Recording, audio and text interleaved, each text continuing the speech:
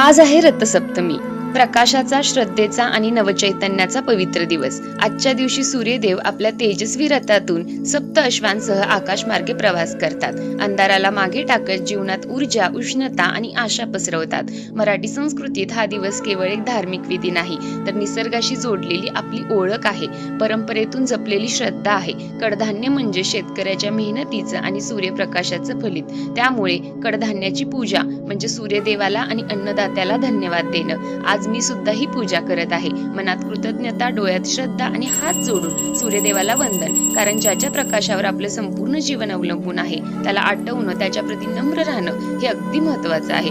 दूध उतू घालवणे म्हणजे समाधान, भरभराट आणि आनंदाचं प्रतीक।